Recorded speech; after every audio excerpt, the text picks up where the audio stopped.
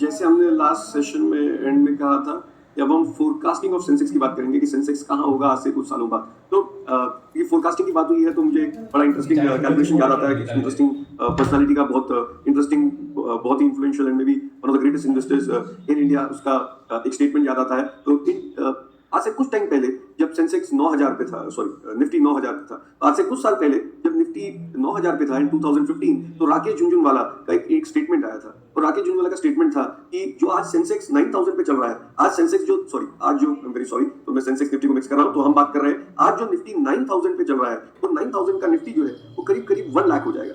1 लाख हो जाएगा इन 15 years. After 15 years ये बेसिकली 1 लाख हो जाएगा। तो जो इंटरव्यू था मुझे याद है, उसने बोला सर आप क्या बोल रहे हो, आप सेंसेक्स की बात कर रहे हो कि निफ्टी की बात कर रहे हो? तो सेंसेक्स 30,000 पे है उसकी बात कर रहे हो 1 लाख पे, या निफ्टी जो 9000 पे है उसकी बात कर रहे हो 1 लाख पे? तो उसने बोला नहीं आपने एकदम ठीक सुना, हम ये बोल रहे हैं कि निफ्टी जो आज 9000 पे है वो 1 लाख हो जाएगा आफ्टर से नेक्स्ट 15 ईयर्स। तो मेरे को बड़ा गुस्सा आया, और मुझे गुस्सा इसलिए आया, मुझे लगा कि मेरे से पूछ लेता, मैं भी बता देता कि सेंसेक्स करीब 1 लाख पे होगा आफ्टर 15 ईयर्स। तो राकेश झुनझुनवाला ने क्या सोच के बोला कि सेंसेक्स एक निफ्टी जो है वो 1 लाख पे होगा, तो वो समझ लेते हैं कि वो कैलकुलेशन क्या है। तो उसमें एक्सेल में जाते हैं, और अगर आपको याद हो हमने बोला है 15 साल का उसने एस्टिमेट क्यों किया, क्योंकि 15 साल के एस्टिमेट में उसने सही चीज जो की वो ये थी कि लंबे समय में जो पी का सिग्निफिकेंस है वो काफी कम हो जाता है, और पी क्योंकि कोई बता नहीं पाता कि कहां जाएगा, इसलिए पी पे बेट करने में कोई समझदारी नहीं है। हमेशा बेट किस पे करनी चाहिए? अर्निंग्स पे। तो राकेश झुनझुनवाला ने जब 15 ईयर्स की बात की तो उसने एक्चुअली अज्यूम कर लिया, या उसको ये पता था कि 15 साल में पी की सिग्निफिकेंस काफी कम होगी और ज्यादा सिग्निफिकेंस जो होगी वो अर्निंग की होगी, और उसने पी को प्रेडिक्ट करने की कोशिश नहीं करी, उसने सिर्फ ये प्रेडिक्ट करने की कोशिश करी कि अर्निंग्स कहां जाएगी।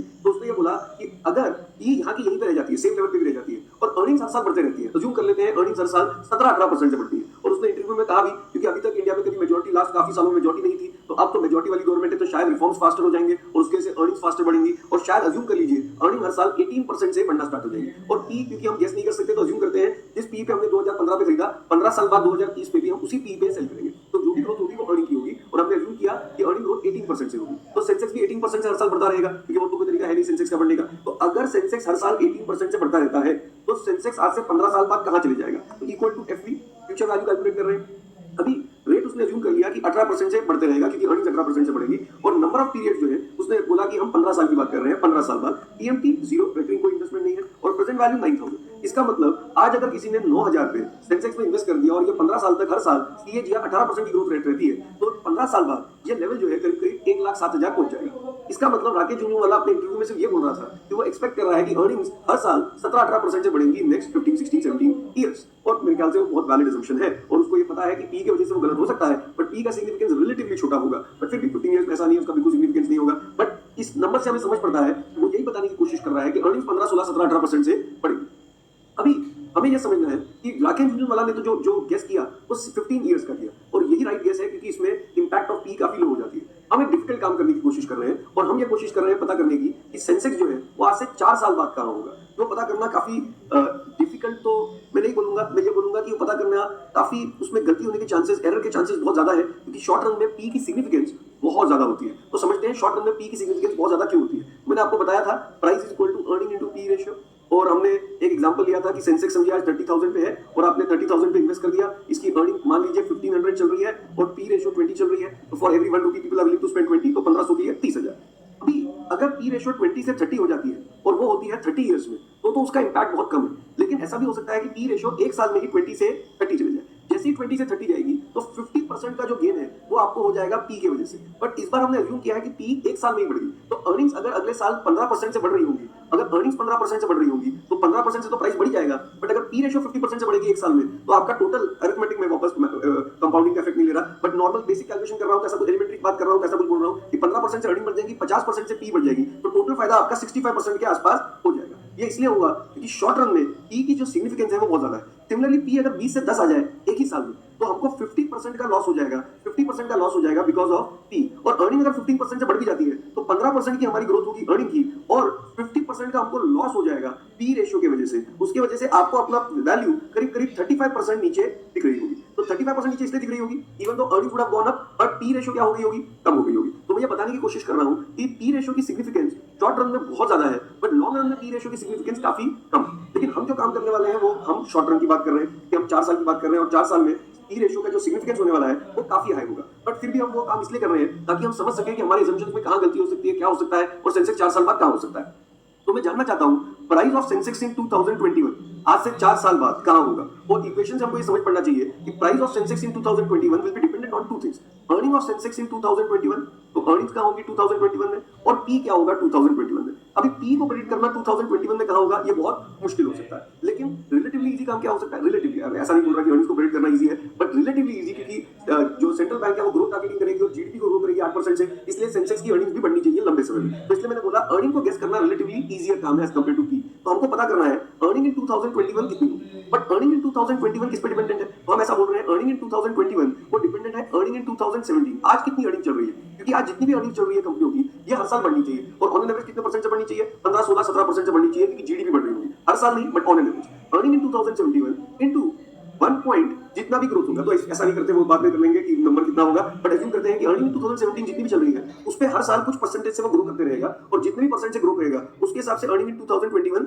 डिसाइड कर ली जाएगी। अब हमें पता ये करना है कि अर्निंग इन 2017 कितनी है, क्योंकि अर्निंग इन 2017 अगर हमको मिल जाए तो हम गेस कर पाएंगे कि अर्निंग इन 2021 कितनी है। तो अर्निंग इन 2017 ये कैसे कैलकुलेट करें कि आज अर्निंग्स कितनी चल रही है, तो हमको ये इक्वेशन पता है, price is equal to earning into P ratio, जो ऊपर मैंने लिखी हुई है, तो price equal to earning into P ratio. तो अगर मुझे अर्निंग कैलकुलेट करनी है तो कैसे कैलकुलेट करूंगा, earning is equal to price divided by P ratio, तो price divided by P ratio. तो आज earning in 2017 will be equal to price in 2017, आज जो भी सेंसेक्स की वैल्यू है price in 2017 divided by P in 2017। अगर हम आज का हमको सेंसेक्स की वैल्यू मिल जाए प्राइस, और आज की सेंसेक्स की पी रेशियो मिल जाए, तो हमको अर्निंग्स मिल जाएगी। अब हमको अर्निंग्स कैलकुलेट करनी है, उसके लिए प्राइस और पी रेशियो चाहिए। तो प्राइस कहां से पता करेंगे कि सेंसेक्स की वैल्यू आज कितनी चल रही है, वो पता करने के लिए क्या करते हैं, हम इंटरनेट पे जाके चेक करते हैं कि आज सेंसेक्स की वैल्यू कितनी चल रही है और उसकी पी कितनी चल रही है। तो हियर इट इज, मैं जाने की कोशिश कर रहा हूं, bseindia.com पे जाएंगे और bseindia.com पे जाके हम चेक करेंगे कि सेंसेक्स क्या वैल्यू चल रहा है, उसकी पी क्या चल रही है। तो हियर इट इज bseindia.com।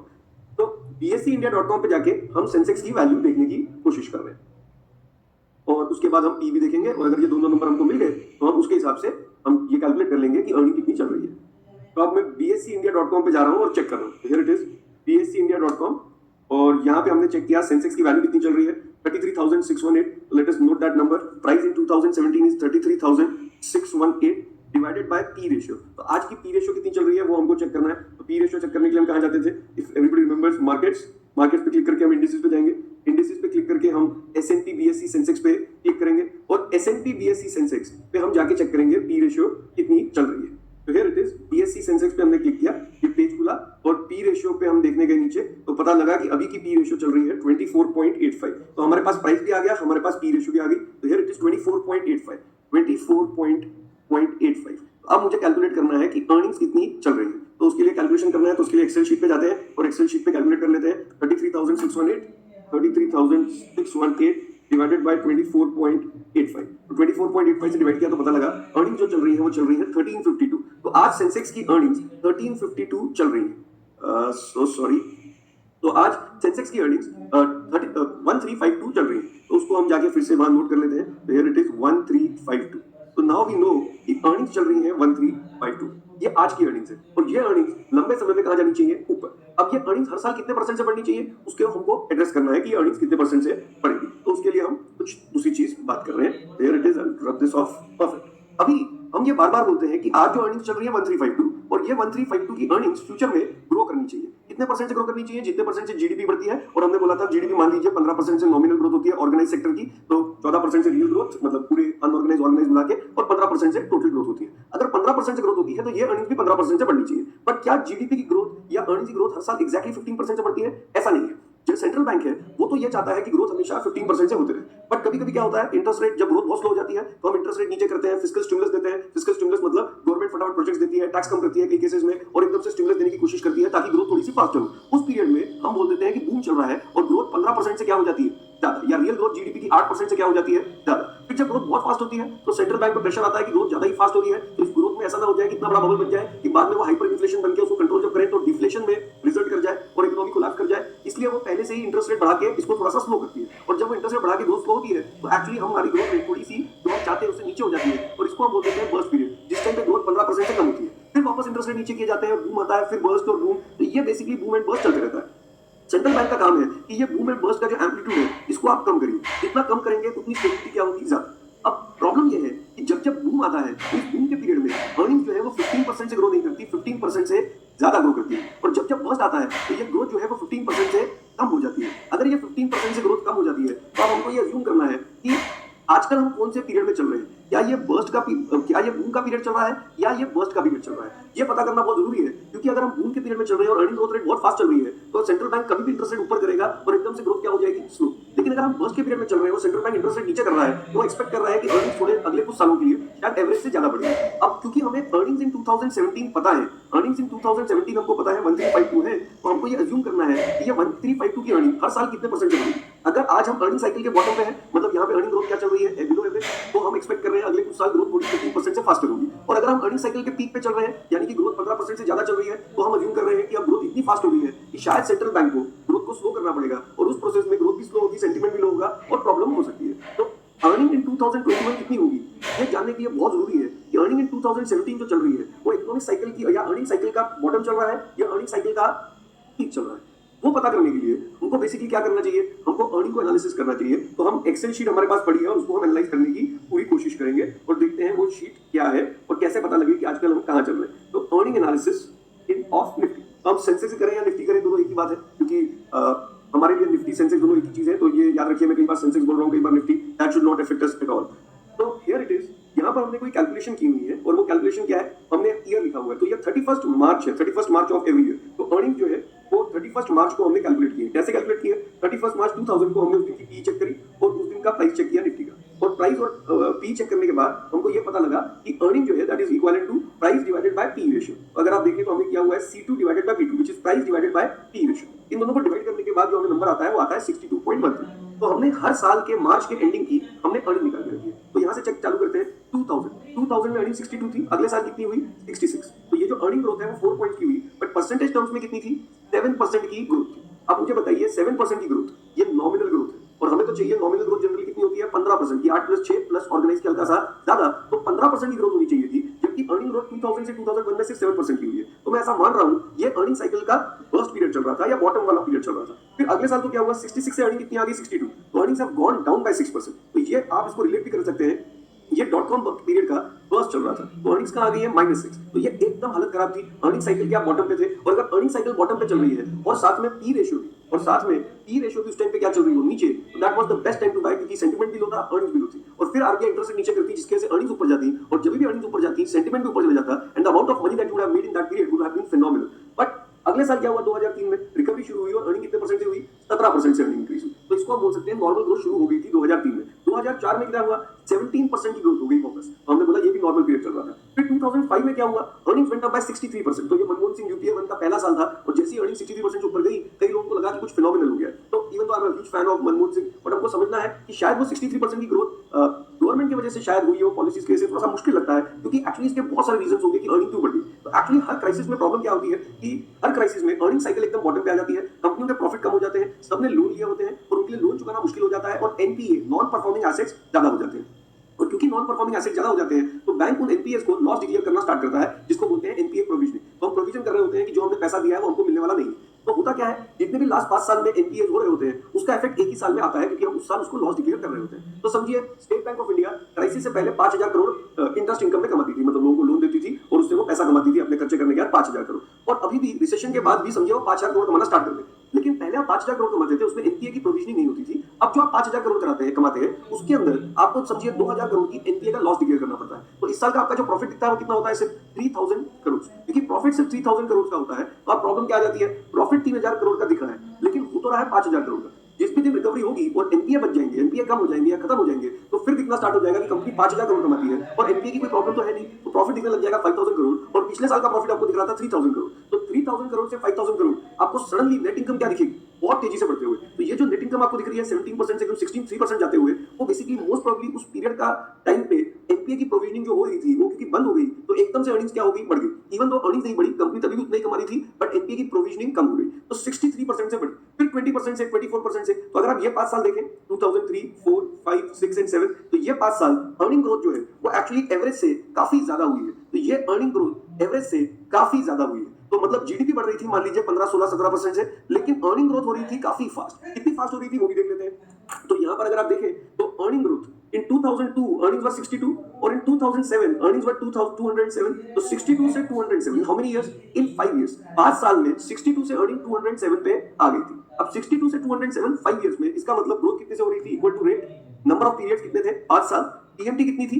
0, कोई रेकरिंग नहीं था. प्रेजेंट वैल्यू स्टार्टिंग में कितनी थी 5 साल पहले? -62. माइनस किसे लिख रहा हूं क्योंकि 62 किसी ने इन्वेस्ट किया और वो 5 साल बाद कितने हो गए? 207. तो कितने परसेंट से ग्रोथ हुई अर्निंग्स में वो हम कैलकुलेट कर रहे हैं. तो प्रेजेंट वैल्यू 62 और फ्यूचर वैल्यू कितनी हो गई? 207. और ब्रैकेट क्लोज कर रहा हूं तो 62 से जो अर्निंग 207 हुई इन से 5 इयर्स, तो इसका जो ग्रोथ रेट है वो एक्चुअली कितना परसेंट चल रहा था? 27% सीएजीआर चल रहा था. जबकि जीडीपी ग्रोथ रेट कितनी चल रही थी? समझिए 15-16%. तो अर्निंग साइकिल जो है वो अपने पीक पे आ गई थी और अर्निंग जीडीपी से आगे निकल गई थी. जब भी ऐसा होता है, जब अर्निंग जीडीपी से आगे निकल जाती है तो हम बोलते हैं अर्निंग साइकिल अपने पीक पे आ रही है, क्योंकि इसको मेंटेन करना बहुत मुश्किल होगा. क्योंकि अगर ग्रोथ इतनी फास्ट हो रही है तो डिमांड तेजी से बढ़ रही है, जिसकी वजह से इन्फ्लेशन बढ़ रहा होगा, और अगर इन्फ्लेशन बहुत हाई हो गया तो आरबीआई को इंटरेस्ट रेट ऊपर करके ग्रोथ को स्लो करना जरूरी हो जाएगा. या तो अपने आप हो जाएगी किसी रीजन की वजह से, स्कैम की वजह से, रिसेशन की वजह से, या आरबीआई इसको थोड़ा स्लो करना चाहेगी.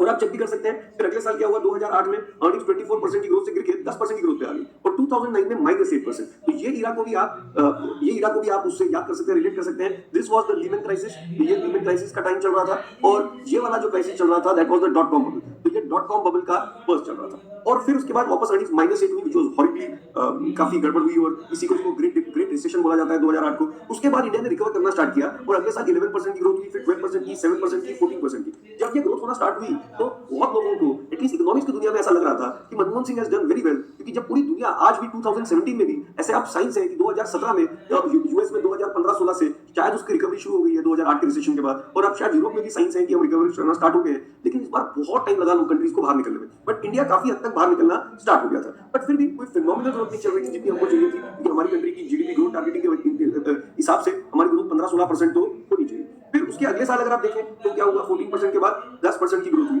और यहाँ पे थोड़ा प्रॉब्लम होना स्टार्ट हुआ. बट फिर भी this was a small growth. यहाँ पर अर्निंग साइकिल इतनी नहीं बढ़ पाई, बट फिर भी ग्रोथ शुरू हो गई थी. फिर नई गवर्नमेंट आई और सबने उम्मीद लगाई कि शायद रिफॉर्म्स की वजह से अर्निंग्स बढ़ेगी, और आई थिंक गवर्नमेंट ने पूरा क्रेडिट देना चाहिए दूसरी नई गवर्नमेंट को भी, क्योंकि in last 18, 19, 20 years of economics all I have understood is कि ऐसा कोई प्रधानमंत्री नहीं है, चाहे पहले वाला या नया वाला, जिसने देश के लिए जान न लगाई हो. उसके वजह से होता क्या है, दैट्स अ डिफरेंट थिंग. कई बार चीजें ठीक हो जाती हैं, कई बार चीजें गलत हो जाती हैं. बट 2014 के बाद जब नई गवर्नमेंट आई तो हम सबने एक्सपेक्ट किया कि अर्निंग्स बढ़नी चाहिए क्योंकि रिफॉर्म्स होंगे, और अर्निंग जो है 2015 में वो 5% पे आ गई. तो जैसी 5% पे आई तो हमको काफी प्रॉब्लम स्टार्ट हुई. उसके बाद अगर आप देखें तो अर्निंग जो है उसके अगले साल -1% पे आ गई, और आज की अर्निंग के हिसाब से, नवंबर के हिसाब से करीब करीब अर्निंग सिर्फ 6% बढ़ी. तो लास्ट 3 साल हम अर्निंग साइकिल के बॉटम पे. दैट डज नॉट मीन कि गवर्नमेंट ने कुछ किया नहीं या गवर्नमेंट की गलती है. हम इकोनॉमिक साइकिल के बॉटम पे चल रहे हैं. उसके बहुत रीजंस हो सकते हैं. कुछ रीजंस हैं कि हम रिकवरी करने की कोशिश कर रहे हैं जो स्लो है, एनपीएस की प्रॉब्लम है, and number of other issues है, हाउसिंग का अपना प्रॉब्लम है, ऑटो सेक्टर का अपना प्रॉब्लम है. बट गवर्नमेंट कोशिश कर रही है इस सेक्टर से, इस क्राइसिस से बाहर निकलने की, और चाह रही है कि अर्निंग्स फ्यूचर में क्या हो जाए, बढ़ जाए. तो हम कोशिश कर रहे हैं कि अर्निंग्स हमारे फ्यूचर में बढ़े, बट बढ़ते हैं कि नहीं बढ़ते हैं वो हमें पता नहीं. बट ये हमको पता लग गया है कि लास्ट 3 साल में हम अर्निंग साइकिल के बॉटम पे चल रहे हैं. अगर हम अर्निंग साइकिल के बॉटम पे चल रहे हैं तो अगले कुछ सालों के लिए हम एक्सपेक्ट कर रहे हैं कि रिकवरी होगी, और जब भी रिकवरी होगी, क्योंकि ऐसा लंबा चलते रहा तो आरबीआई को ग्रोथ टारगेटिंग करनी है, वो फटाफट इंटरेस्ट रेट नीचे करेगी, बहुत नीचे करेगी जैसा उन्होंने कर दिया है, और इंतजार करेगी कि ग्रोथ हो जाए. नहीं होगी तो इंटरेस्ट रेट नीचे, और ग्रोथ हो गई तो रुकेगी. अभी अगर हम इकोनॉमिक साइकिल के बॉटम पे चल रहे हैं या अर्निंग साइकिल के बॉटम पे चल रहे हैं तो हम एक्सपेक्ट कर रहे हैं कि कुछ साल अर्निंग बहुत फास्ट हो सकती है. तो हम क्या करते हैं, कुछ इजी सा एजम्पशन लेते हैं और ये मानते हैं कि आज अर्निंग जो 1352 की चल रही है, नॉर्मल सिनेरियो में अगर रिकवरी स्टार्ट हो जाती है तो अर्निंग्स हर साल 15 से 17% हर साल बढ़नी चाहिए. ये नॉर्मल सिनेरियो है. लेकिन अगर हम अर्निंग साइकिल के बॉटम पे और रिकवरी एकदम से फास्ट होती है तो शायद रिकवरी थोड़ी फास्ट भी हो जाएगी. जैसे आपको याद भी होगा जो 2002 से 2007 का पीरियड था, उस टाइम तो अर्निंग्स हर साल 27% सीएजीआर से बढ़ी थी. बट हम अभी मान रहे हैं कि मान लेते हैं एक नॉर्मल सर्कमस्टेंसेस में क्या अर्निंग शायद सिर्फ 15-17% से ही बढ़ेगी. अगर अर्निंग 15-17% से ही बढ़ेगी तो हमको पता करना है कि सेंसेक्स की अर्निंग्स कहां होंगी, सेंसेक्स की या निफ्टी की. मेरे कैलकुलेशन क्योंकि सेंसेक्स की है, वो डेटा जो हम देख रहे थे निफ्टी का है, that should not affect you. तो ऐसा मान लेते हैं earnings in 2021 will B earnings in 2017 which will keep on increasing by roughly say normal circumstances में अगर ग्रोथ नॉर्मल होती है तो 17% या 15%, तो 1.17 मतलब 100 रुपए की अर्निंग 117 की हो जाएगी एक साल बाद, तो 100 into 1.17. सिमिलरली अर्निंग अगर 2017 में 1352 की है तो 1.17 से इंक्रीज हो जाएगी. उसके अगले साल 1.17 से और इंक्रीज होगी, फिर 1.17, और हम क्योंकि 4 साल अज्यूम कर रहे हैं तो 4 बार 1.17. अभी क्या मेरे को पता है कि अर्निंग हर साल 17% बढ़ेगी? ऐसा नहीं है. मैंने बस अज्यूम कर लिया है लंबे समय में, और जितना लंबा पीरियड लूंगा उसमें मेरे राइट होने की प्रोबेबिलिटी बढ़ जाएगी. हो सकता है ग्रोथ बीच में स्लो हो, बाद में बहुत फास्ट हो, that's a different thing. Assuming कि earnings will grow by 17% every year, और आज earnings कितनी चल रही है 1352, तो earnings in 2021 वो कितनी होगी वो एक्सेल पे एक बार कैलकुलेट कर लेते हैं. तो मैं एक्सेल पे जा रहा हूँ और वहां पे हम कैलकुलेट करते हैं कि earnings कितनी हो जाएगी. earnings कितनी हो जाएगी, future value equal to future value. हर साल earnings कितने परसेंट से बढ़ेगी, 17% से. कितने नंबर ऑफ पीरियड्स है, अज्यूम कर लेते हैं 4 साल तक अर्निंग्स बढ़ते रहेंगी। टीएमटी 0 और प्रेजेंट वैल्यू आज कितनी है 1352, तो 1352 की अर्निंग अगर 4 साल तक 17% से बढ़ती रही तो ये अर्निंग जो है वो 2533 हो जाएंगी। तो मैं ऐसा अज्यूम कर रहा हूँ कि नॉट, अगेन आपको याद रखना है कि कोई भी assumption हम जो कर रहे हैं वो राइट नहीं है, बट हम बस गेस करने की कोशिश कर रहे हैं और इसमें आपको बहुत कुछ सीखेंगे। तो अर्निंग इन 2021 शायद 2533 की होगी। 2533 की अगर अर्निंग होगी तो उस टाइम पे सेंटिमेंट क्या होगा, बहुत हाई या बहुत लो? तो मेरा ऐसा मानना है, again that just an assumption, कि अगर ग्रोथ 15-17% की होती है तो मूड भी एवरेज ही होगा या उतना ही चल रहा होगा जैसे आज चल रहा है। यहाँ से ऊपर जाना बहुत मुश्किल है, क्योंकि वैसे तो आजकल लोग एक्सपेक्ट कर रहे हैं, हम जैसे लोग एक्सपेक्ट कर रहे हैं कि अगले कुछ साल अर्निंग ग्रोथ रेट एवरेज से ज्यादा होनी चाहिए, लेकिन अगर एवरेज होगी तो शायद सेंटिमेंट बहुत ज्यादा इंप्रूव नहीं हो पाएगा। तो अब आपको पता करना है price in 2021 will be dependent on earning in 2021 into P ratio इन 2021। तो मैं अज्यूम कर रहा हूँ कि पी रेशियो जितनी आज चल रही है उतनी ही चलती रहेगी 24.85, तो लोग ₹1 के लिए 24.85 रुपए दे रहे होंगे और कंपनीज कमा कितना रही होंगी 2533। अगर वो 2533 कमा रही होंगी तो सेंसेक्स का प्राइस कितना होगा 2021 में? तो दैट विल बी 2533 इनटू 24.85। वो कैलकुलेशन कर लेते हैं। तो हियर इट इज 2533 इनटू 24.85, दोनों को मल्टीप्लाई किया तो ये कितना हो गया 62,945। तो मैं ऐसा कुछ बोलने की कोशिश कर रहा हूं कि सेंसेक्स की वैल्यू इन 2021 करीब 62,000 के आसपास चल रही होगी। अगर ग्रोथ अर्निंग्स हर साल कितने परसेंट से बढ़ती है 17% से, और पी रेशियो वहीं की वहीं रहती है। ये तो एक नॉर्मल सिनेरियो हो गया, मैं ये नहीं बोल रहा ये पेसिमिस्टिक सिनेरियो है, ना ये ऑप्टिमिस्टिक है, ना ये पेसिमिस्टिक व्यू है। तो बहुत सारे लोगों में बड़ा इंटरेस्टिंग इसमें होता है, मोदी फॉलोअर्स मोदी सपोर्टर्स बोल रहे होंगे ग्रोथ फास्ट हो रही होगी, हेटर्स बोल रहे होंगे कम हो रही होगी। तो हम जो है वो रियलिस्ट है, और रियलिस्ट हमेशा एक स्टेटमेंट देते हैं that realist are people who buys from a pessimist and sells to an optimist. तो हमें कोई फर्क नहीं पड़ता लोग कभी सेंटीमेंट ऊपर हो जाए नीचे हो जाए, हम बस देखते हैं कि कितने लोग नेगेटिव हैं तो हम उनसे बाय कर लेते हैं। बहुत नेगेटिव होते हैं जब भी नेगेटिव, और जब सब पॉजिटिव हो जाते हैं तो हम सेल कर देते हैं। तो मैं ऐसा मान रहा हूँ नॉर्मल सर्कमस्टेंसेस में सेंसेक्स जो है वो 62,000 पे होना चाहिए 4 साल पर। बट एक बहुत ओवरली ऑप्टिमिस्टिक व्यू देख लेते हैं। आई एम नॉट सेइंग ऐसा होगा, बट मेरे ख्याल से चांसेस है, कुछ परसेंटेज चांसेस है कि अर्निंग्स बहुत तेजी से बढ़ जाए। और जो आज अर्निंग्स 1352 की है वो अर्निंग्स इस बार हर साल 17% नहीं 20-21% से बढ़ जाए। तो अगर मान लेते हैं 21% से बढ़ जाए तो 1352 इंटू 1.21 तो ये 4 बार 1.21 से मल्टीप्लाई कर देते हैं। तो 1.21 से 4 बार मल्टीप्लाई करने के बाद हमको पता लगेगा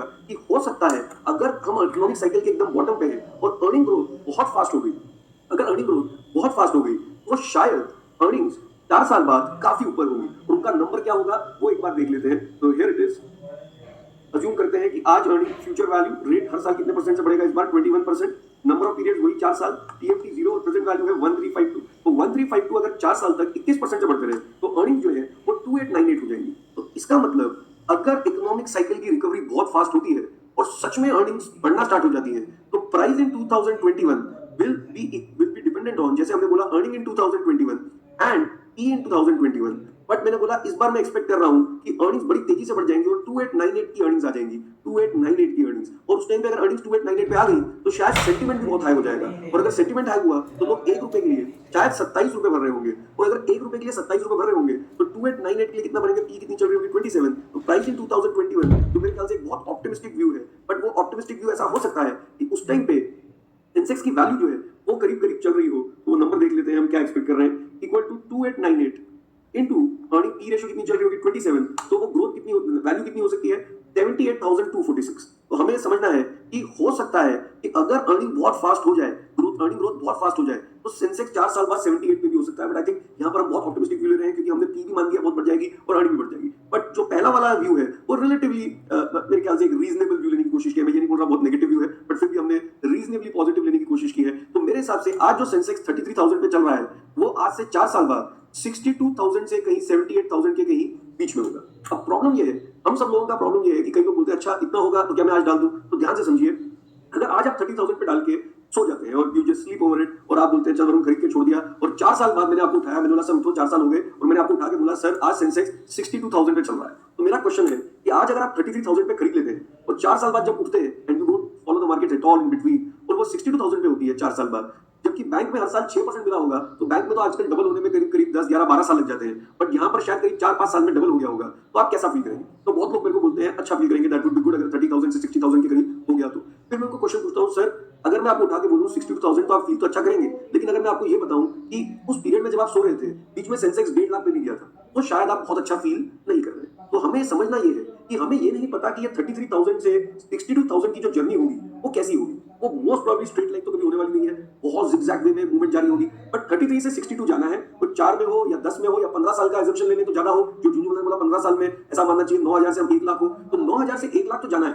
लेकिन वो जर्नी क्या वो 9,000 से बीच में 4,500 के होके 1 लाख जाएगी या वो 2 लाख जाके 1 लाख आएगी, ये हमको नहीं पता। और आपको इसकी चिंता भी करनी नहीं चाहिए और बस ये सोचना चाहिए, जैसे वॉरेन बफेट बोलता है, मेक वोलेटिलिटी योर फ्रेंड, मतलब 9,000 पे खरीद के बैठे रहिए, बहुत लंबे समय तक इंतजार करिए कि आप 1 लाख पे बेचेंगे। बीच में अगर मार्केट ज्यादा ही ऊपर निकल गई तो शायद सेल कर दे प्रीमियम पे, और अगर बीच में बहुत गिर गई तो और बाय कर लेना चाहिए, क्योंकि जो 9,000 पे लगाया है वो तो आप 1 लाख पे निकालेंगे, और जो 4,500 पे लगाया है वो भी आप 1 लाख पे निकाल सकते हैं। तो इसी का मतलब होता है मेक वोलेटिलिटी योर फ्रेंड। तो इस सेशन में हमने बहुत लंबे सेशन में इसको समझने की कोशिश की, और मेरे हिसाब से आपको बार बार ये सेशन पीछे जाके देखना चाहिए और समझना चाहिए, in the long run it is only about earnings. जो पी पे बेट करते हैं, सस्ता खरीद के महंगे बेचने की कोशिश करते हैं, वो होते हैं स्पेक्युलेटर्स, और जो अर्निंग पे बेट करते हैं वो होते हैं इन्वेस्टर्स। और लंबे समय में सेंसेक्स की वैल्यू 15% से इसलिए बढ़ेगी क्योंकि अर्निंग्स 15% से बढ़ रही होंगी, तभी उस पीरियड में पी कम होने की वजह से आपका रिटर्न 15 से कम हो जाएगा, तभी उस पीरियड में पी ज्यादा होने की वजह से बढ़ने की वजह से आपका रिटर्न 15 से ज्यादा हो जाएगा। लेकिन आपको ज्यादा और कम नहीं सोचना चाहिए, आपको सोचना चाहिए आपने एक ऐसे फाइनेंशियल इंस्ट्रूमेंट में इन्वेस्ट किया है जिसकी अर्निंग क्योंकि 14-15% से बढ़ने वाली है, तो लंबे समय में प्राइस भी 14-15% से बढ़ेगा। और इसको वापस रिपीट कर रहा हूं, in short run stock markets are like voting machines, in long run they are like weighing machines. तो लंबे समय में फोकस सिर्फ अर्निंग्स पे होगा। अभी ये अर्निंग्स पे फोकस करके हम नेक्स्ट सेशन में ये बात करने वाले हैं कि हम अल्टरनेटिव इन्वेस्टमेंट्स को कैसे वैल्यू करें, क्योंकि मुझे तो घर भी बहुत अच्छा लगता है, तो क्या आज मुझे घर खरीद लेना चाहिए या राइट प्राइस का वेट करना चाहिए, पता कैसे लगेगा मुझे राइट प्राइस क्या है, आज घर क्या सस्ता है क्या महंगा है। तो मैं घर को वैल्यू करने के लिए भी आपको समझाऊंगा सेम कॉन्सेप्ट पे, price is equal to earning into P ratio पे हम हाउस को वैल्यू करेंगे। क्योंकि हम जब इन्वेस्टमेंट करते हैं तो this course is not about investing only in equity, we are open to any investment. हमें तो क्या मतलब है, चाहे हम घर खरीद रहे हो, कंपनी खरीद रहे हो, लिस्टेड कंपनी हो, नॉट लिस्टेड कंपनी हो, हम बिटकॉइन खरीद रहे हो या पेंटिंग खरीद रहे हो, हमेशा हमको पता करना है कि जो भी चीज मैंने खरीदी उसके ऊपर मेरी अर्निंग कितनी आएगी, और वो अर्निंग लंबे समय में कितने परसेंट से बढ़ने वाली है। जितने भी परसेंट से अर्निंग बढ़ने वाली है उतने परसेंट से आपको सोचना चाहिए वो एसेट का प्राइस भी बढ़ेगा। तो नेक्स्ट क्लास में हम अल्टरनेटिव इन्वेस्टमेंट्स की बात करेंगे और देखेंगे हम उनको कैसे वैल्यू करें।